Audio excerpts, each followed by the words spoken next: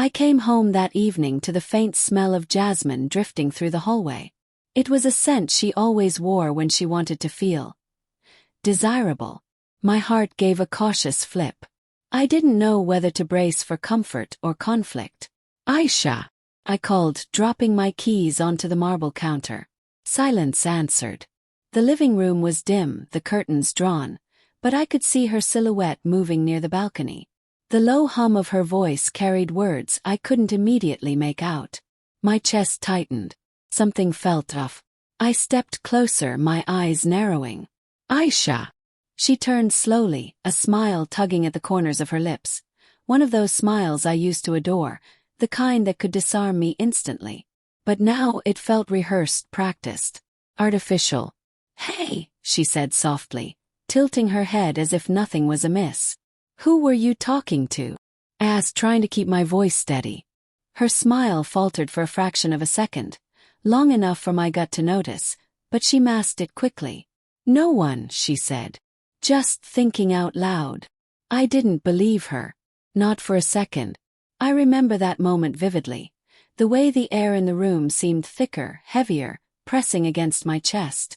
I had been married to Aisha for 7 years, and over time, I had learned to read her in ways nobody else could. The little things, the glance that lingered too long, the tightness in her jaw, the slight tremor in her voice, told me more than words ever could. And in that instant I knew. She was hiding something. Started subtly. Aisha began staying later at work, citing projects and deadlines I hadn't been aware of. Her phone was suddenly sacred territory, never leaving her side, always on silent. She laughed less, distractedly, as though part of her attention was somewhere else entirely. I told myself it was paranoia, the kind a husband develops when he fears losing the only person he's ever truly loved. But the nagging suspicion wouldn't let me rest. One night, I followed her after she claimed to be going to a late dinner with colleagues. She wasn't at a restaurant. She wasn't anywhere public. She was at a small, dimly lit apartment building I didn't recognize. My heart hammered as I watched her disappear inside. I waited, each minute stretching like a cruel eternity, until finally a man, someone I didn't know, came out. My chest tightened so violently I felt I might collapse. He held her hand. Not casually, intimately. I don't remember driving home. I only remember sitting in the car, shaking, staring at my own reflection in the rearview mirror, and not recognizing the man who looked back at me. I confronted her the next morning. I tried to be calm, rational, the way I always tried to be. "Aisha," I said, voice low but controlled. "Where were you last night?" She laughed, a light, airy sound that felt like a slap. "Oh, come on, don't be ridiculous. I was at work like I told you." I froze, the disbelief making my stomach churn. "I know you weren't." Her eyes narrowed, and suddenly that practiced smile cracked. "And what? You followed me. You don't trust me." I did trust her, or at least I thought I did. But the evidence, vivid and undeniable in my mind, couldn't be dismissed. "I think you're seeing someone," I said quietly, letting the words hang between us like shards of glass. Her silence was a dagger. And then finally she spoke. "Maybe I wanted to see if you'd notice. If you'd care." Care. I felt my hands clench into fists, the betrayal like a fire consuming my chest. "So this lies and deception, is a test?" I shrugged. "A little. Don't you think you've been predictable? I wanted to see if you'd break." I stepped back, the room spinning. "Break? You think I'd break over this?" "Yes," she said, her voice cold now, unrecognizable. "I wanted to know if you'd still love me if I crossed the line." I stared at her, speechless. The woman I had married, the one I had shared dreams, laughter, fears, and silent nights with, was now someone else entirely. Someone capable of measuring love in tests and games. The days that followed were a storm of emotions. I couldn't eat, couldn't sleep, couldn't think clearly. Every message, every phone call, every laugh she gave me felt like a knife twisting in my gut. I tried to talk to her, to reach her, but each conversation turned into a minefield. One evening, I sat on the edge of the bed, holding her hands in mine, desperate for some kind of truth. Aisha, what is going on? Why are you doing this to us? Her eyes filled with a mixture of defiance and guilt. I needed to know, Armin. I needed to know if you'd stay. If you'd fight for me. You always say you love me, but do you? Really? The honesty in her voice didn't bring relief. It brought more pain. 'Cause I did love her. I loved her with everything I was. And yet the love I had given freely had been treated as a test, as a game to be measured. I've given you everything, I whispered, the tremor in my voice betraying the anger I was trying to suppress. Everything I am. And this is how you repay me. She looked away, tears brimming but not falling. I didn't mean to hurt you. I wanted to feel something real. I shook my head, the weight of disappointment heavy on my shoulders. And now, her lips quivered. Now, I don't know. I just wanted to see if love could survive. It was a cruel, impossible test. And I realized then that the lines she had crossed weren't just about trust. They were about respect, about the foundation of our marriage, which she had shaken to its core.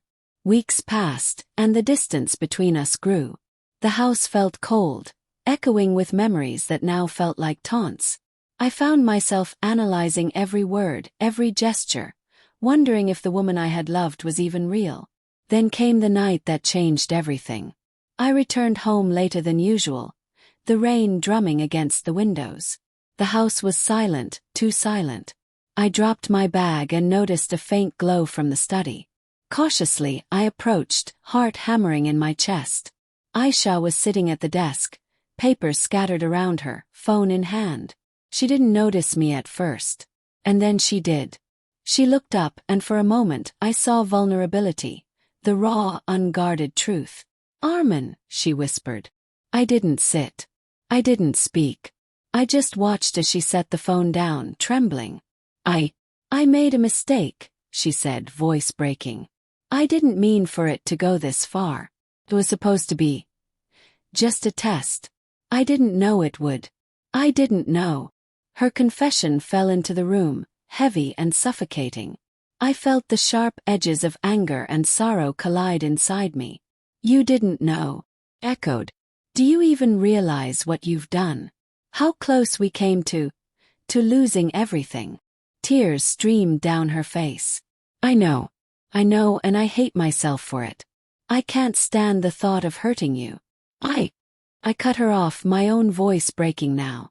Do you even understand the limits you're testing? I've always been patient, always believed in us. But patience isn't infinite, Aisha. Love isn't infinite. And you pushed me to the edge. She buried her face in her hands. I just wanted to feel alive again. I felt numb.